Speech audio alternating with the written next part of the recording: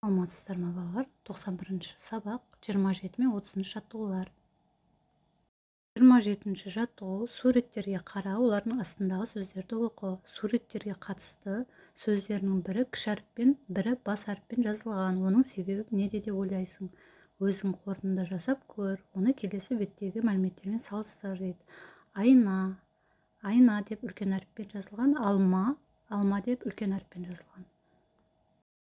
Бұл жерде біріншіде айна деп кіші әріппен жазылып тұр, себебі затқа айтылып тұр. Екіншісінде айна деген бұл қыздың аты, сондықтан да ол үлкен әріппен жазылып тұр. Одан кейін суретте алма, жеміс болғандықтан кіші әріппен жазылып тұр. Одан кейін алма деген адамның аты болғандықтан үлкен әріппен жазылып тұр. Бұдан төмендегі ережені қорытындылауға болады. Кісінің аты жөні, жер су аттары, жан-жануарларға қойылған атаулар жалқы есім деп аталады.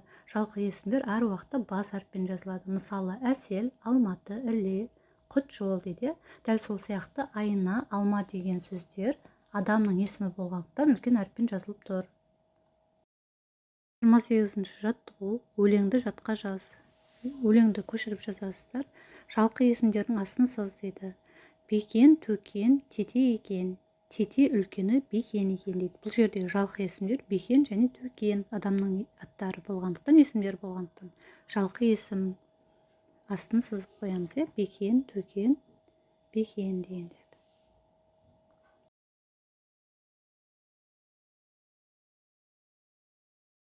29-ші жаттығу, өлеңді түсініп оқы. Өлеңдегі негізгі ойды анықта. Жалқы есімдерді тап дейді. Қанат, Марат екеуі қамшы өре алады. Таңат, Талап екеуі тамаша ән сала алады.